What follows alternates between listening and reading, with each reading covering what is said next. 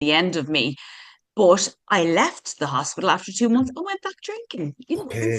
Insanity. And they do say alcoholism or addiction is insanity, and it is. So I went back home. I had lost my job because I Oh, couldn't it's keep up gone. that anymore. Oh yeah, yeah. Oh, So that had right. to go. I was literally getting to the point where I was slurring when I was recording. Okay. So, Okay. they tried to work with me, but I was so grabbed by my addiction at that stage that I was beyond help.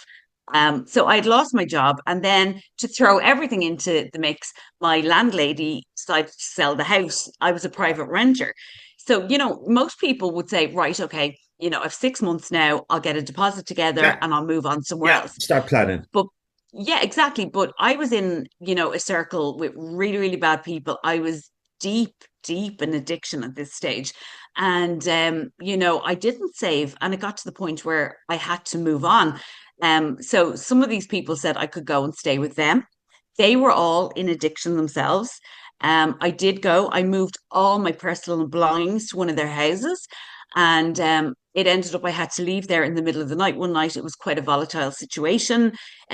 By doing so, I lost everything, Oh all no. my possessions. Okay. Literally, yeah, literally like Farah's first lock of hair, my dad's dressing gown that he wore when he was in Oh, hospice, all these really deeply sentimental things, everything was gone. The only thing that I had left was a little cat that I had. Her name was Tallulah.